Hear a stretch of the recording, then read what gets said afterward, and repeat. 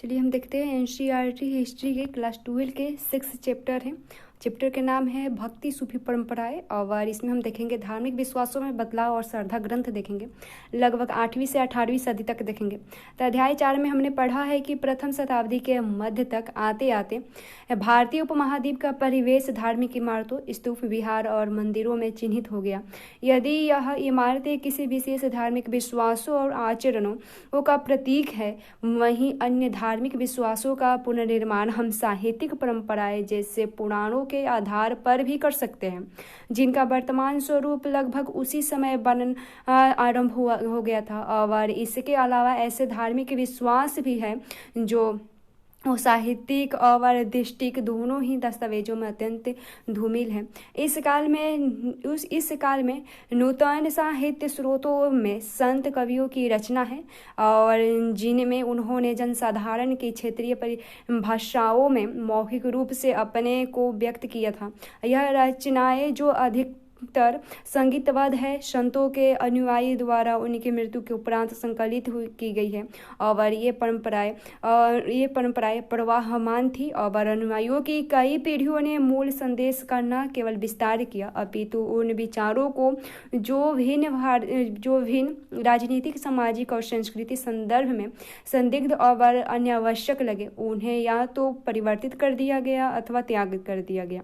इन स्रोतों का मूल्यांकन इतिहासकारों के लिए एक चुनौतीपूर्ण है और इतिहासकार इन संत कवियों के अनुयायियों यानी जो उनके संप्रदाय से थे, उनके द्वारा लिखी गई उनकी जीवनियों का भी इस्तेमाल करते हैं। और हालांकि यह जीवनियाँ अक्षरशः सत्य नहीं है और तथापि इनमें यह ज्ञात होता है कि अनुयायी इन पथ प्रदर्शक स्त्री पुरुष के जीवन को किस तरह से देखते थे। जैसा कि हम देखते हैं कि स्रोत एक क्रियात्मक और विविध दृश्य योजना को समझने के अंतर्दृष्टि प्रदान करते हैं। आइए अब हम इसके कुछ मूल तत्वों को बारीकी से देखते हैं।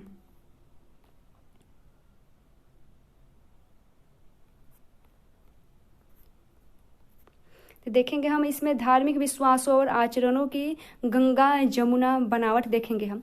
संभवतः इस काल की सबसे प्रभावी विशिष्टता यह है कि साहित्य और मूर्तिकला दोनों में ही अनेक तरह के देवी देवता अधिक दृष्टिगत होते हैं और एक स्तर पर यह तथ्य इस बात का द्योतक है कि विष्णु, शिव और देवी जिन्हें अनेक रूपों में व्यक्त किया गया था कि उनकी आराधना की इन परिपाटी न केवल चलती रही अपितु और अधिक विस्तृत हुई। पूजा प्रणालियों के समन्वय देखें तो वे इतिहासकार जो इस विकास को समझने का प्रयास करते हैं, उनका सुझाव है कि यहाँ कम से कम 2 प्रक्रियाएं कार्यरत थी। एक प्रक्रिया ब्राह्मणीय विचारधारा के प्रचार की थी। इसका प्रसार पौराणिक ग्रंथों की रचना, संकलन और परिरक्षण द्वारा हुआ और ये ग्रंथ सरल संस्कृत छंदों में थे जो वैदिक विद्या से विहीन स्त्रियों और शूद्रों द्वारा अभिग्राहक थे। इसी काल की एक अन्य प्रक्रिया थी स्त्री, शूद्रों और अन्य सामाजिक वर्गों की अस्थायी और आचरणों को ब्राह्मणों द्वारा स्वीकार किया जाना और उससे एक नया रूप प्रदान करना। वस्तुतः समाजशास्त्रियों का यह मानना है कि समूचे उपमहाद्वीप में अनेक धार्मिक विचारों के पद्धतियां महान संस्कृत, पौराणिक परिपाटी तथा लघु परंपरा के बीच हुए अविरल संवाद का परिणाम है। इस प्रक्रिया का सबसे विशिष्ट उदाहरण पूरी उड़ीसा में मिलता है, जहां मुख्य देवता को 12वीं शताब्दी तक आते आते जगन्नाथ विष्णु के एक रूप में प्रस्तुत किया गया, यानी शाब्दिक अर्थ में संपूर्ण विश्व का स्वामी। ये चित्र है और इस चित्र की तुलना की जाए तो हम देखेंगे कि देवता को बहुत भिन्न तरीके से प्रस्तुत किया गया है और इस उदाहरण में एक स्थानीय देवता को जिसकी प्रतिमा को पहले और आज भी लकड़ी से स्थानीय जनजाति के विशेषज्ञों द्वारा गढ़ा जाता है और विष्णु के रूप में प्रस्तुत किया जाता है। विष्णु का यह रूप देश के अन्य भागों में मिलने वाले स्वरूपों से सर्वथा भिन्न था और समन्वय के ऐसे उदाहरण देवी संप्रदायों में भी मिलते हैं। देवी की उपासना अधिकतर सिंदूर से पोते हुए पत्थर के रूप में ही की जाती है और इन स्थानीय देवियों को पौराणिक परंपरा के भीतर मुख्य देवताओं की पत्नी के रूप में मान्यता दी गई है। कभी वह लक्ष्मी के रूप में विष्णु की पत्नी बनी और कभी शिव की पत्नी पार्वती के रूप में सामने आई है।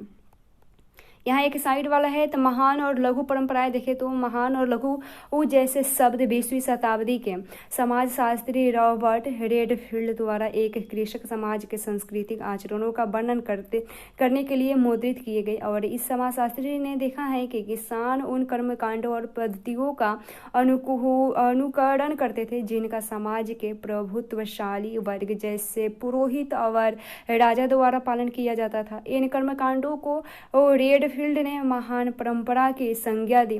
साथ ही कृषक समुदाय अन्य लोकाचारों का भी पालन करते थे और इस महान परिपाटी से सर्वथा भिन्न थे। उसने इन्हें लघु परंपरा के नाम से अभिहित किया और रेडफील्ड ने यह भी देखा कि महान और लघु दोनों ही परंपराओं में समय के साथ बहुत पारस्परिक आदान प्रदान के कारण परिवर्तन हुए। हालांकि विद्वान इन प्रक्रियाओं और वर्गीकरण के महत्व में इनकार नहीं करते, तथापि वे इस शब्दों में जो पदसोपानात्मक स्वर उभर कर आता है उससे की अवमानना करते हैं और इसे लक्षित करने का एक तरीका है इन शब्दों को उद्धरण चिन्ह के साथ प्रस्तुत करना, जैसे लघु और महान। फिर हम देखते हैं भेद और संघर्ष देखते हैं। अधिकांश देवी की आराधना पद्धति को तांत्रिक नाम से जाना जाता है। तांत्रिक पूजा पद्धति उपमहाद्वीप के कई भागों में प्रचलित है। इसके अंतर्गत स्त्री और पुरुष दोनों ही शामिल हो सकते हैं और इसके अतिरिक्त कर्मकांडीय संदर्भ में वर्ग और वर्ण के भेद की अवहेलना की जाती है और इस पद्धति के विचारों ने शैव और बौद्ध दर्शन को भी प्रभावित किया, खासतौर से उपमहाद्वीप के पूर्वी, उत्तरी और दक्षिणी भागों में। आगामी सहस्त्राब्दी में इन समस्त विश्वासों और आचारों का वर्गीकरण हिंदू के रूप में हुआ और यदि हम वैदिक और पौराणिक परंपरा के बीच तुलना करें तो यह विषमता और अधिक स्पष्ट रूप से उभर कर आती है। वैदिक देवकुल के अग्नि, इंद्र और सोम जैसे देवता पूरी तरह गौण हो गए और साहित्य और मूर्तिकला दोनों में ही इनका निरूपण नहीं दिखता। हालांकि वैदिक मंत्रों में विष्णु, शिव और देवी की झलक मिलती है। इसकी तुलना इनके विशद पौराणिक मिथकों से कदापि नहीं की जा सकती और किंतु इन असंगतियों के बावजूद वेदों को प्रामाणिक माना जाता है। इसके कोई आश्चर्य की बात नहीं है इसके लिए कोई आश्चर्य की बात नहीं है कि कभी संघर्ष की स्थिति भी उत्पन्न हो जाती थी। वैदिक परिपाटी के प्रसंगक उन सभी आचारों को निंदा करते थे जो ईश्वर की उपासना के लिए मंत्रों के उच्चारण के साथ यज्ञों को संपादन से परे थे। इसी के विपरीत वे लोग थे जो तांत्रिक आराधना में लगे थे और वैदिक सत्ता की अवहेलना करते थे। इसके अलावा भक्त अपने इष्ट देव विष्णु या शिव को भी कई बार सर्वोच्च प्रपेक्षित करते थे। अन्य परंपराओं जैसे बौद्ध अथवा जैन धर्म से भी संबद्ध अक्सर तनावपूर्ण हो जाते थे और यद्यपि स्पष्ट द्वंद्व कम दिखाई पड़ती थी। भक्ति परंपरा को हमें इसी संदर्भ में रखकर देखना होगा और हम जिस काल विशेष पर गौर कर रहे हैं उससे पूर्व लगभग 1000 पूर्व पुरानी भक्तिपूर्ण उपासना की परिपाटी रही है। इस समय भक्ति प्रदर्शन में मंदिरों में इष्ट देव की आराधना से लेकर उपासकों का प्रेम भाव में तल्लीन हो जाना दिखाई पड़ता है। भक्ति रचनाओं का आचरण अथवा गाया जाना इस उपासना पद्धति के अंश थे और वैष्णव और शैव संप्रदायों पर तो यह कथन विशेष रूप से लागू होता है। यहाँ एक है बौद्ध देवी मारीची की मूर्ति, लगभग 10वीं शताब्दी बिहार की है, 10वीं शताब्दी की, और यह विभिन्न धार्मिक विश्वासों और क्रियाकलापों के एकीकरण की प्रक्रिया का उदाहरण प्रस्तुत करती है। फिर हम देखते हैं उपासना की कविताएं। प्रारंभिक भक्ति परंपरा देखते हैं। आराधना के तरीके के क्रमिक विकास के दौरान बहुत बार संत कवि ऐसे नेता के रूप में उभरे जिनके आसपास भक्तजनों के एक पूरे समुदाय का गठन हो गया। यद्यपि बहुत सी भक्ति परंपराओं में ब्राह्मण देवताओं और भक्तजन के बीच महत्वपूर्ण बिचौलियों बने रहते और तथापि इन परंपराओं ने स्त्रियों और निम्न वर्गों को भी स्वीकृति और स्थान दिया। भक्ति परंपरा की एक और विशेषता इनकी विविधता है। दूसरे स्तर पर धर्म के इतिहासकार भक्ति परंपरा को दो मुख्य वर्गों में बांटते हैं, सगुण यानी विशेषण सहित और निर्गुण यानी विशेषण विहीन। प्रथम वर्ग में शिव विष्णु तथा उनके अवतार और देवियों की आराधना आती है जिनकी मूर्ति पूर्व में अवधारण हुई, और निर्गुण भक्ति परंपरा में अमूर्त निराकार ईश्वर की उपासना की जाती है। तमिलनाडु के अलवार और नयनार संत देखें तो प्रारंभिक भक्ति आंदोलन लगभग 6वीं शताब्दी।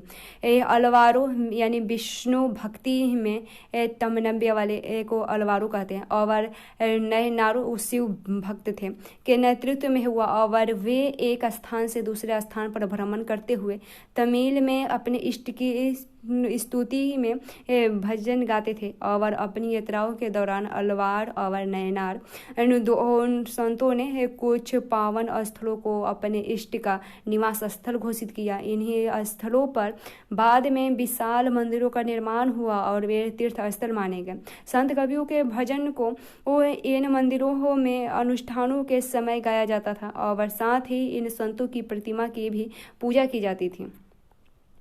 जाति के प्रति दृष्टिकोण देखें तो कुछ इतिहासकार का यह मानना है कि अलवार और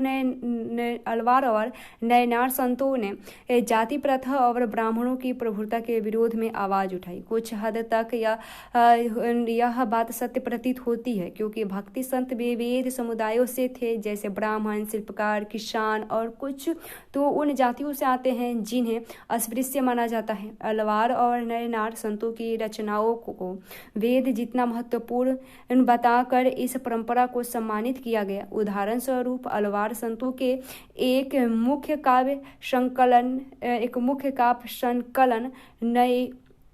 नलयरा दिव्य प्रबंधनम, इनका वर्णन तमिल वेद के रूप में किया जाता है। इस तरह इस ग्रंथ का महत्व संस्कृत के चारों वेद जितना बताया गया जो ब्राह्मणों द्वारा घोषित है। यहाँ देखते हैं साइड वाला चतुर्वेद यानी चारों वेदों के ज्ञाता ब्राह्मण, और अस्पृश्य देखे तो यह उद्धरण तोदराहंडी पपोहोडी नामक एक ब्राह्मण अलवार के काव्य से मिला है। और चतुर्वेदी जो अजनबी है और तुम्हारी सेवा के प्रति निष्ठा नहीं रखते, उनमें से ज़्यादा आप यानी हे ईश्वर उन दासों को पसंद करते हैं जो आपके चरणों से प्रेम करते हैं, चाहे वे वर्ण व्यवस्था के से परे हो। फिर हम देखते हैं स्त्री भक्त देखते हैं। संभवतः इस परंपरा की सबसे बड़ी विशिष्टता इसमें स्त्रियों की उपस्थिति थी। उदाहरणतः अंडाल नामक अलवार स्त्री के भक्ति गीत व्यापक स्तर पर गाए जाते हैं, यानी आज भी गाए जाते हैं। अंडाल स्वयं को विष्णु की प्रेयसी मानकर अपनी प्रेम भावना को छंदों में व्यक्त करती थी। एक और स्त्री शिव भक्त कर इकाल अमैयार ने अपने उद्देश्य प्राप्ति हेतु घोर तपस्या का मार्ग अपनाया। नयनार परंपरा में उसकी रचनाओं को सुरक्षित किया गया। हालांकि इन स्त्रियों ने अपने सामाजिक कर्तव्यों का परित्याग किया, वह किसी वैकल्पिक व्यवस्था अथवा भिक्षुणी समुदाय की सदस्य नहीं बनी। इन स्त्रियों की जीवन पद्धति और इनकी रचनाओं ने पितृसत्तात्मक आदर्श को चुनौती दी। फिर यहाँ साइड वाला देख रहे हैं भक्ति साहित्य का संकलन देखें तो 10वीं शताब्दी तक आते आते 12 अलवारों की रचनाओं का एक संकलन कर लिया गया जो नलयारा दिव्य प्रबंधनम यानी 4000 पावन रचनाएं के नाम से जाना जाता है। 10वीं शताब्दी में ही इन अपार अनुसंबंदर और सुंदरार की कविताएं तवरम नामक संकलन में रखी गई और जिसमें कविताओं का संगीत के आधार पर वर्गीकरण हुआ। फिर एक साइड वाला स्रोत है शास्त्र या भक्ति देखें तो यह छंद अपार नामक नयनार संत की रचना है। हे धूर्तजन, जो तुम शास्त्र को उद्धृत करते हो, तुम्हारा गोत्र और कुल भला किस काम का, और तुम केवल मरपेरू के स्वामी यानी शिव, जो तमिलनाडु के तंजावुर जिले के मारपेरू में बसते हैं, को अपना एकमात्र आश्रयदाता मानकर नतमस्तक हो। फिर एक और साक्ष्य है, एक राक्षसी देखते हैं। यह एक राक्षस है और यह उद्धरण कराई काल अमैयार की कविता से लिया गया है, जहाँ वे स्वयं का वर्णन कर रही है। यहाँ है राक्षसी फूली हुई नारियों वाली, बाहर निकली आंखें, सफ़ेद दांत और भीतर धसा उदय, लाल केस और आगे निकले दांत, लंबी पिंडली की नली जो टखनों तक फैली हुई है, और वन में विचलते समय चिखना और कंदरन या अलंकटू का वन है, और जो हमारे पितानी शिव का घर है वह नृत्य करते हैं और उनके जटाजुट आठों ओर बिखर जाते हैं, उनके अंग शांत हैं। फिर देखते हैं राज्य के साथ संबंध देखते हैं। तो अध्याय 2 में हमने पढ़ा कि तमिल क्षेत्र में प्रथम शताब्दी ईस्वी के आरंभ में कई महत्वपूर्ण सरदारियाँ थीं और इसी सहशताब्दी के उत्तरार्ध में राज्य का उद्भव और विकास हुआ, जिसमें पल्लव और पांड्य राज्य यानी 6वीं से 9वीं शताब्दी ईस्वी ये शामिल थे। और हालांकि बौद्ध और जैन धर्म इस क्षेत्र में कई शताब्दियों से मौजूद थे और उन्हें व्यापारी और शिल्पी वर्ग का प्रश्रय हासिल था और इन धर्मों को राज्य के संरक्षण और अनुदान यदा कदा ही हासिल होता था। एक रोचक बात यह है कि तमिल भक्ति रचनाओं की एक मुख्य विषय वस्तु बौद्ध और जैन धर्म के प्रति उनका विरोध है, और विरोध का स्वर नयनार संतों की रचनाओं में विशेष रूप से उभर कर आता है। इतिहासकारों ने इस विरोध की व्याख्या करते हुए यह सुझाव दिया है कि परस्पर विरोधी धार्मिक समुदाय के राज्य की अनुदान को लेकर प्रतिस्पर्धा थी, और यह स्पष्ट है कि शक्तिशाली चोल यानी 9वीं से 13वीं शताब्दी तक इनका शासन था। चोल सम्राटों के ने ब्राह्मणी और भक्ति परंपरा को वो समर्थन दिया तथा विष्णु और शिव के मंदिरों के निर्माण के लिए भूमि अनुदान दिए। चिदम्बरम, तंजावुर और गंगेकोंड चोलपुरम के विशाल शिव मंदिर चोल सम्राटों की मदद से ही निर्मित हुए, और इसी काल में कांस्य में ढाली गई शिव की प्रतिमाओं का भी निर्माण हुआ। स्पष्ट है कि नयनार संतों का दर्शन शिल्पकारों के लिए प्रेरणा बना, और नयनार और अलवार संत बेलाल कृषकों द्वारा सम्मानित होते थे, और इसलिए आश्चर्य नहीं कि इस शासकों ने भी उनका समर्थन पाने का प्रयास किया। उदाहरणतः चोल सम्राटों ने देवीय समर्थन पाने का दावा किया और अपनी सत्ता के प्रदर्शन के लिए सुंदर मंदिरों का निर्माण कराया, जिसमें पत्थर और धातु से बनी मूर्तियां सुसज्जित थी। और इस तरह इन लोकप्रिय संत कवियों की परिकल्पना जो जन भाषाओं में गीत रचते और गाते थे, मूर्त रूप प्रदान किया गया, और इन सम्राटों ने तमिल भाषा के शैव भजनों का गायन इन मंदिरों में प्रचलित किया। उन्होंने ऐसे भजनों का संकलन एक ग्रंथ यानी वो ग्रंथ था तोरम के रूप में करने का जिम्मा उठाया, और 945 ईस्वी के एक अभिलेख से पता चलता है कि चोल सम्राट परांतक प्रथम ने संत कवि अपार नुशनबंदर और सुंदर राड की धातु प्रतिमाएं एक शिव मंदिर में स्थापित करवाई, और इन मंदिरों को उत्सव में एक जुलूस में निकाला गया था। फिर कर्नाटक की वीर शैव परंपराएं देखते हैं कर्नाटक की वीर शैव परंपरा। तो 12वीं शताब्दी में कर्नाटक में एक नवीन आंदोलन का उद्भव हुआ, और जिसका नेतृत्व वासवना यानी 1106 से 1168 तक तो वासवना नामक एक ब्राह्मण ने किया था। और वासवना कलाचुरी राजा के दरबार में मंत्री थे, और उनके अनुयायी वीर शैव यानी शिव के वीर और लिंगायत यानी लिंग धारण करने वाले कहलाए। आज भी लिंगायत समुदाय का इस क्षेत्र में महत्व है और वे शिव की आराधना लिंग के रूप में करते हैं। इस समुदाय के पुरुष वाम स्कंध पर चांदी के एक पिटारे के एक लघु लिंग को धारण करते हैं, जिन्हें श्रद्धा की दृष्टि से देखा जाता है। उनमें जंगम अर्थात यायावर भिक्षु शामिल है। लिंगायतों का विश्वास है कि मृत्युपरांत भक्ति शिव में लीन हो जाएंगे और तथा इस संसार में पुनः नहीं लौटेंगे। धर्मशास्त्र में बताया गया है कि श्राद्ध संस्कार का वे पालन नहीं करते और अपने मृतकों को विधि पूर्वक दफनाते हैं। लिंगायतों ने जाति की अवधारणा और कुछ समुदायों के दूषित होने की ब्राह्मणीय अवधारणा का विरोध किया। पुनर्जन्म के सिद्धांत पर भी उन्होंने प्रश्नवाचक चिन्ह लगाया और इन सब कारणों से ब्राह्मणीय सामाजिक व्यवस्था में जिन समुदायों को गौण स्थान मिला वे लिंगायतों के अनुयायी हो गए। धर्मशास्त्रों में जिन आचारों को अस्वीकार किया गया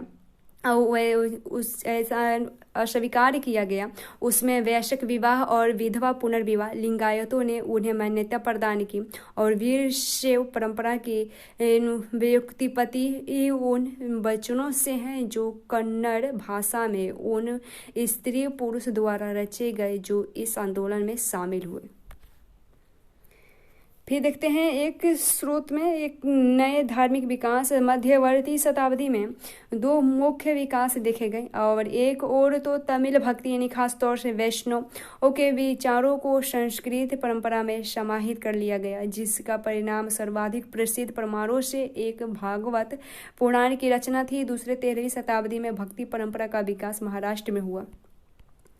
फिर यहाँ अनुष्ठान और यथार्थ संसार, यह बसवाना द्वारा रचित एक वचन है और इसमें कहा गया है जब वे एक पत्थर से बने सर्प को देखते हैं तो उस पर दूध चढ़ाते हैं। यदि ये असली सर्प आ जाए तो कहते हैं मारो मारो। देवता के उस सेव को जो भोजन परोसने पर खा सकता है वे कहते हैं चले जाओ। किंतु ईश्वर की प्रतिमा को जो खा नहीं सकता वे उन्हें व्यंजन परोसते हैं। देखते हैं उत्तरी भारत में धार्मिक उफान देखते हैं। तो इसी काल में उत्तरी भारत में विष्णु और शिव जैसे देवताओं की उपासना मंदिरों में की जाती थी, जिन्हें शासकों की सहायता से निर्मित क्रिया किया जाता था। किंतु इतिहासकारों को अलवार और नयनार संतों की रचनाओं जैसे कोई ग्रंथ 14वीं शताब्दी तक उत्तरी भारत में प्राप्त नहीं हुई। इस भिन्नता की क्या वजह हो सकती है? कुछ इतिहासकारों का मत है कि उत्तरी भारत में यह वह काल था जब अनेक राजपूत राज्यों का उदय हुआ और इन सभी राज्यों में ब्राह्मणों का महत्वपूर्ण स्थान था और वे ऐहिक तथा अनुष्ठानिक दोनों ही कार्य करते थे। उनकी इस प्रभुसत्ता को सीधे चुनौती देने का प्रयास शायद ही किसी ने किया। इसी समय वे धार्मिक नेता जो रूढ़िवादी ब्राह्मणीय सांचे के बाहर थे उनके प्रभाव में विस्तार हो रहा था और ऐसे नेताओं ने नाथ, जोगी और सिद्ध शामिल थे। उनमें से कुछ से लोग शिल्पी समुदाय के थे जिनमें जुलाहे शामिल थे और संयोजित दस्तकारी उत्पादन के विकास के साथ उनका महत्व बढ़ रहा था। नगरीय केंद्र के विस्तार तथा मध्य और पश्चिमी एशिया के साथ व्यापार के प्रसार के साथ ही इस दस्तकारी की वस्तुओं की मांग बढ़ी। अनेक नवीन धार्मिक नेताओं ने वेदों की इस सत्ता को चुनौती दी और अपने विचार आम लोगों की भाषा में सामने रखा। समय के साथ यह भाषाएं उस रूप में विकसित हुई जिस तरह आज भी प्रयोग में लाई जाती हैं। अपनी लोकप्रियता के बावजूद नवीन धार्मिक नेता विशिष्ट शासक वर्ग का प्रश्रय हासिल करने की स्थिति में नहीं थे। इस स्थिति में एक नवीन तत्व भारत में तुर्कों का आगमन था, जिसकी पराकाष्ठा दिल्ली सल्तनत यानी 13वीं शताब्दी में दिल्ली सल्तनत की स्थापना हुई और सल्तनत की स्थापना से राजपूत राज्यों का और उनसे जुड़े ब्राह्मणों का पराभव हुआ और इन परिवर्तनों का प्रभाव संस्कृति और धर्म पर पड़ी और सूफियों का आगमन हुआ था। अनुभाग 6 में हम देखेंगे। अनुभाग 6 सूफियों का आगमन इन परिवर्तनों का एक महत्वपूर्ण अंग था। फिर देखते हैं चित्र 6 में देखते हैं कुरान शरीफ के एक पृष्ठ का हिस्सा है और यह 8वीं अथवा 9वीं शताब्दी की किसी पांडुलिपि से लिया गया है। फिर हम देखते हैं दुसाले के नए ताने बाने इस्लामी परंपराएं देखते हैं। जिस तरह उपमहाद्वीप के विभिन्न क्षेत्र एक दूसरे से पृथक नहीं थे, उसी भांति समुद्र और पहाड़ों के परे के क्षेत्र से भी संपर्क शताब्दियों से बना रहा। प्रथम सहस्त्राब्दी ईस्वी में अरब व्यापारी समुद्र के रास्ते पश्चिमी भारत के बंदरगाहों तक आए और इसी समय मध्य एशिया से लोग देश के उत्तर पश्चिम प्रांतों में आकर बस गए। 7वीं शताब्दी में इस्लाम के उद्भव के बाद ये क्षेत्र उस संसार का हिस्सा बन गए जिसे अक्सर इस्लामी शिव कहा जाता है। शासकों और शासितों के धार्मिक विकास इसमें देखेंगे तो इन संपर्कों को समझने की एक धुरी यह है कि विशिष्ट शासक वर्ग के धर्म पर दृष्टि डाली जाए। 711 ईस्वी में मोहम्मद बिन कासिम नाम के एक अरब सेनापति ने सिंध को विजित कर लिया और उसे खलीफा के क्षेत्र में शामिल कर लिया। बाद में यानी लगभग 13वीं शताब्दी ईस्वी तक तो बाद में तुर्क और अफगानों ने दिल्ली सल्तनत की नींव रखी और समय के साथ दक्कन और अन्य भागों में भी सल्तनत की सीमा का प्रसार हुआ। बहुत से क्षेत्रों में इस्लाम शासकों का स्वीकृत धर्म था और यह स्थिति 16वीं शताब्दी में मुगल सल्तनत की स्थापना के साथ ही बरकरार रही। 18वीं शताब्दी में जो क्षेत्रीय राज्य उभर कर आए उनमें से कई राज्यों के शासक भी इस्लाम धर्म को अपनाने वाले थे। उलमा क्या है? तो आलिम का बहुवचक है। इस्लाम धर्म के ज्ञाता थे और इस परिपाटी के संरक्षक होने के नाते वे धार्मिक कानून और अध्यापन संबंधी जिम्मेदारी निभाते थे। सैद्धांतिक रूप से मुसलमान अनुशासकों को उलमा के मार्गदर्शन पर चलना पड़ता था और उलमा से यह अपेक्षा की जाती थी कि वे शासन में शरिया का अमल सुनिश्चित करवाएं।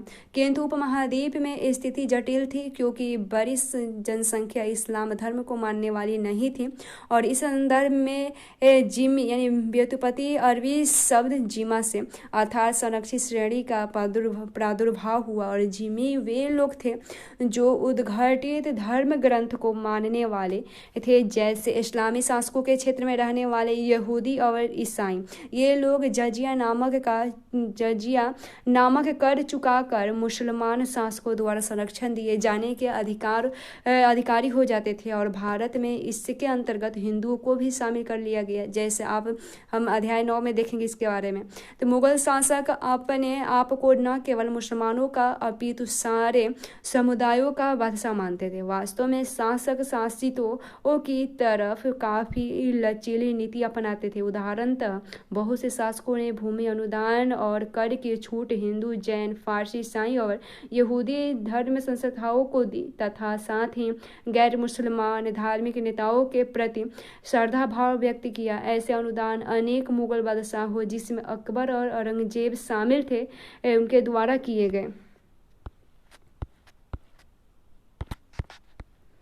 फिर साइड वाला देखते हैं तो शरिया क्या है? तो शरिया मुसलमान समुदाय को निर्देशित करने वाला कानून है और यह कुरान शरीफ और हदीस पर आधारित है। हदीस का अर्थ है पैगंबर साहब से जुड़ी परंपराएं जिनके अंतर्गत उनके स्मृति शब्द को क्रियाकलाप भी आते हैं। और जब अरब क्षेत्र से बाहर इस्लाम का प्रसार हुआ जहाँ के आचार व्यवहार भिन्न थे तो क्रियाश यानी सदृश्यता के आधार पर तर्क और इजमा यानी समुदाय की सहमति इनको भी कानून का स्रोत माना जाने लगा और इस तरह शरिया कुरान हदीस कियास और इजमा से उद्भूत हुआ।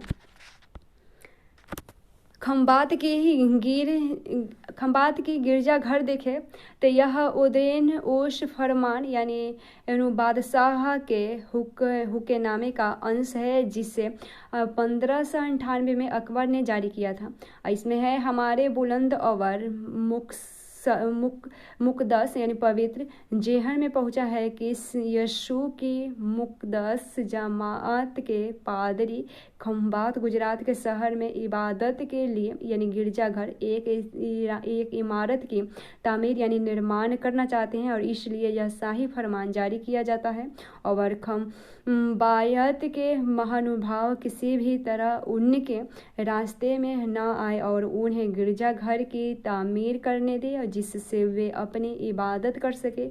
यह जरूरी है कि बादशाह के इस फरमान की हर तरह से तामील पालन हो। फिर एक है जोगी के प्रति श्रद्धा है, तो यह उद्धरण है 1661 से 62 में औरंगजेब द्वारा एक जोगी के लिखे पत्र का अंश है। इसमें है बुलंद मकाम शिव मूरत गुरु आनंद नाथ जियो और जनाब मुहतरम अमन और खुशी से हमेशा श्री शिव जियो की पनाह में रहो। और पोशाक के लिए वस्त्र और 25 रुपये की रकम जो भेंट के तौर पर भेजी गई आप तक पहुँचेगी। और जनाब मुहतरम आप हमें लिख सकते हैं जब भी हमारी मदद की ज़रूरत हो। ये जोगी के प्रति श्रद्धा व्यक्त की गई थी किसी राजा के प्रति। फिर देखते हैं हम लोक प्रचलन में इस्लाम देखते हैं। तो इस्लाम के आगमन के बाद जो परिवर्तन हुए वे शासक वर्ग तक ही सीमित नहीं थे अपितु पूरे उपमहाद्वीप के दूरदराज तक और विभिन्न सामाजिक समुदायों किसान शिल्पी योद्धा व्यापारी के बीच फैल गए जिन्होंने इस्लाम धर्म कबूल किया और उन्होंने सैद्धांतिक रूप से इसकी 5 मुख्य बातें मानी। अल्लाह एकमात्र ईश्वर है, पैगंबर मोहम्मद उनके दूत यानी शाहद हैं और दिन में 5 बार नजाम पढ़ी जानी चाहिए और खैरात यानी ज़कात बांटनी चाहिए और रमज़ान के महीने में रोज़ा रखना चाहिए और हज के लिए मक्का जाना चाहिए। किंतु इन सर्वाधिक तत्वों में अक्सर सांप्रदायिक यानी शिया सुन्नी वजहों से तथा स्थानीय लोकाचारों के प्रभाव की वजह से भी धर्मांतरित लोगों के व्यवहारों में भिन्नता देखने में आती थी। उदाहरणतः खोजा इस्लामीली यानी शिया समुदाय के लोग ने कुरान के विचारों की अभिव्यक्ति के लिए देसी साहित्यिक विद्या का सहारा लिया है। जीजन यानी व्युत्पत्ति संस्कृत शब्द ज्ञान से है। जीजन नाम से भक्ति गीत जो राग में निबद्ध थे पंजाबी, मुल्तानी, सिंधी, कच्छी, हिंदी और गुजराती में दैनिक प्रार्थना के दौरान गाए जाते थे। इसके अलावा अरब मुसलमान व्यापारी जो मलाबार तट यानी केरल के किनारे बसे उन्होंने न केवल स्थानीय मलयालम भाषा को अपनाया अपितु स्थानीय आचारों जैसे मातृकुलीयता और मातृगृहता को भी अपनाया। एक सार्वभौमिक धर्म के स्थानीय आचारों के संग जटिल मिश्रण का सर्वोत्तम उदाहरण संभवतः मस्जिदों की स्थापत्य कला में दृष्टिगोचर होता है और मस्जिदों के कुछ स्थापत्य संबंधित तत्व सार्वभौमिक क्षेत्र थे जैसे इस्लाम का मक्का की तरफ अनुस्थापना जो मेहराब यानी प्रार्थना का आला और मिंबर यानी व्यासपीठ की स्थापना से लक्षित होता है। बहुत से तत्व ऐसे थे जिनमें भिन्नता देखने में आती है जैसे छत और निर्माण का अनुशामना। फिर इनमें स्रोतों देखें तो यह एक खोजकी पांडुलिपि है और खोजकी लिपि में लिपिबद्ध करने से पहले जीजन का मौखिक प्रेषण होता है और खोजकी लिपि स्थानीय लंडा यानी व्यापारियों की संक्षिप्त लिपि से निकलती है। और पंजाब, सिंध और गुजरात के खोजा लोग सभी लंडा का प्रयोग करते हैं। फिर एक मातृगृहता वह पारिपट्टी है जहाँ स्त्रियां विवाह के बाद अपने मायके में ही अपनी संतान के साथ रहती है और उनके पति उनके साथ आकर रह सकते हैं। यह है एक केरल के 13वीं शताब्दी की एक मस्जिद और जिसके शिखर के आकार उनकी छत की तरह गौर करके हम देख सकते हैं। और फिर एक है ईंट की बनी अतिया मस्जिद ये है और ये 1609 में बना था। जिला मेमनसिंह बांग्लादेश में है ये।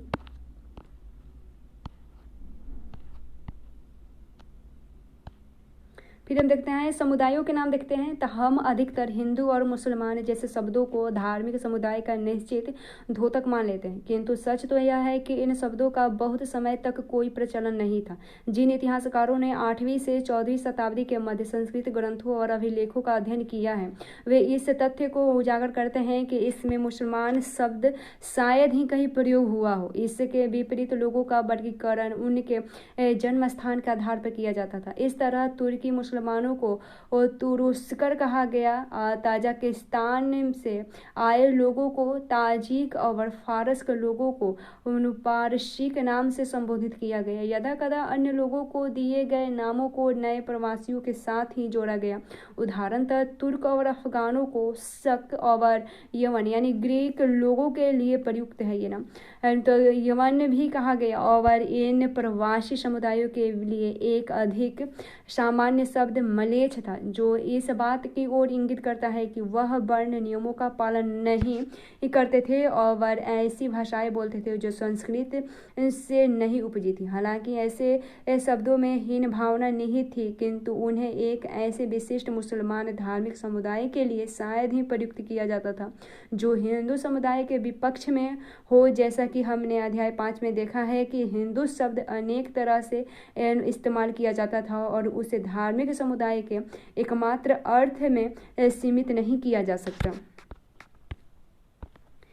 यहाँ एक है श्रीनगर की झेलम नदी के किनारे बनी शाह हमदान मस्जिद कश्मीर की सभी मस्जिदों में मुकुट का नगीना समझी जाती है और इसका निर्माण 1395 में हुआ और यह कश्मीरी लकड़ी की स्थापत्य कला का सर्वोत्तम उदाहरण है और इसके शिखर और नक्काशीदार अनुच्छज्जे पर गौर करके हम देखेंगे कि यह पेपर मैसी से सजाई गई है।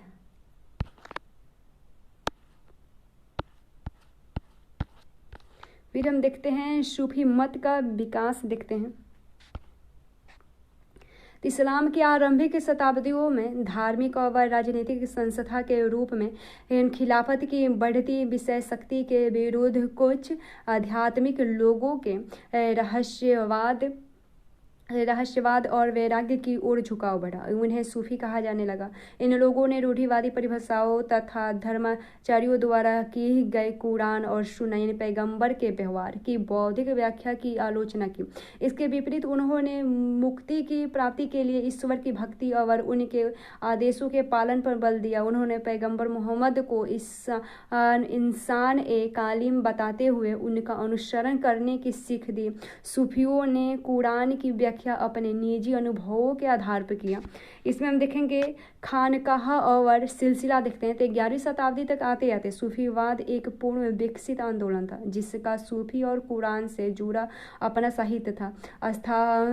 अनुसंस्थागत दृष्टि से सूफी अपने को एक संगठित समुदाय खानकाह यानी फारसी और इर्द गिर्द स्थापित करते थे और खानकाह का नियंत्रण शेख अरबी पीर अथवा मुर्शिद फारसी के हाथ में था और वे अनुयायियों यानी मुदीरों की भर्ती करते थे और अपने वारिस यानी खलीफा की नियुक्ति करते थे। आध्यात्मिक व्यवहार के नियम निर्धारित करने के अलावा खानकाह में रहने वाले के बीच के संबंध और शेख और जनसामान्य के बीच के रिश्तों की सीमा भी नियत करते थे। 12वीं शताब्दी के आसपास इस्लामी दुनिया में सूफी सिलसिले का गठन होने लगा। सिलसिला का शाब्दिक अर्थ है जंजीर जो शेख और मुरीद के बीच एक निरंतर रिश्ते की द्योतक है, जिसकी पहली अट्टू कड़ी पैगंबर मोहम्मद से जुड़ी है और इस कड़ी के द्वारा आध्यात्मिक शक्ति और आशीर्वाद मुरीदों तक पहुँचता है। दीक्षा के विशिष्ट अनुष्ठान विकसित किए गए जिसमें दीक्षित को निष्ठा का वचन देना होता था और सिर मुंडाकर नुथेगरी लगे वस्त्र धारण करने पड़ते थे। पीर की मृत्यु के बाद उसकी दरगाह यानी फारसी में इसका अर्थ दरबार होता था और उसके मुरीदे के लिए भक्ति का स्थल बन जाती थी और इस तरह पीर की दरगाह पर जियारत के लिए जाने की खास तौर से उनकी वारसी के अवसर पर परिपाटी चल निकली और इस परिपाटी को उर्स यानी विवाह मायने पीर की आत्मा का ईश्वर से मिलना कहा जाता था, क्योंकि लोगों का मानना था कि मृत्यु के बाद पीर ईश्वर से एकीभूत हो जाते हैं और इस तरह पहले के बजाय उनके अधिक करीब हो जाते हैं। लोग आध्यात्मिक और ऐहिक कामनाओं की पूर्ति के लिए उनका आशीर्वाद लेने जाते हैं और इस तरह शेख का वली के रूप में आदर करने की परिपाटी शुरू की गई। यह है सूफी और देखते हैं स्रोत में सूफीवाद और तसव्वुफ देखते हैं। तो सूफीवाद 19वीं शताब्दी में मुद्रित एक अंग्रेजी शब्द है और इस सूफीवाद के लिए इस्लामी ग्रंथों में जिस शब्द का इस्तेमाल होता है वह है तसव्वुफ। कुछ विद्वानों के अनुसार यह शब्द सूफी से निकला है, जिसका अर्थ है ऊन। यह उस खुरदुरे ऊनी कपड़े की ओर इशारा करता है जिसे सूफी पहनते थे। अन्य विद्वान इस शब्द की व्युत्पत्ति सफ़ा से मानते हैं और जिसका अर्थ है साफ। यह भी संभव है कि यह शब्द सफ़ा से निकला है, जो पैगंबर की मस्जिद के बाहर एक चबूतरा था। यहाँ निकट अनुयायियों की मंडली धर्म के बारे में जानने के लिए इकट्ठी होती थी। फिर एक और है सिलसिले का नाम देखें तो ज़्यादातर सूफी वंश उन्हें स्थापित करने वाले के नाम पर पढ़ते हैं। उदाहरणतः कादरी सिलसिला शेख अब्दुल कादरी जिलानी के नाम पर पड़ा और कुछ अन्य सिलसिलाओं का नामकरण उनके जन्म स्थान पर हुआ है, जैसे चिश्ती नाम मध्य अफगानिस्तान के चिश्ती शब्द से लिया गया। फिर है बल्ली यानी बहुवचन ओलिया अर्थात ईश्वर का मित्र, वह सूफी जो अल्लाह के नज़दीक होने वाला दावा करता था और उनसे मिली बरकत से क़यामत करने की शक्ति रखता था। फिर हम इसमें देखते हैं खानकाह के बाहर देखते हैं तो कुछ रहस्यवादियों ने सूफी सिद्धांतों की मौलिक व्याख्या के आधार पर नवीन आंदोलनों की नींव रखी या खानकाह का तिरस्कार करके यह रहस्यवादी फकीर की जिंदगी बिताते थे और निर्धन और ब्रह्मचर्य को उन्होंने गौरव प्रदान किया। इन्हें विभिन्न नामों से जाना जाता है कलंदर, मदारी, मलंग, हैदरी इत्यादि। शरिया की अवहेलनाओं करने के कारण उन्हें बेशरिया कहा जाता था और इस तरह उन्हें शरिया का पालन करने वाले यानी बाशरिया सूफियों से अलग करके देखा जाता था। फिर अगला टॉपिक हम अगले पार्ट में देखेंगे।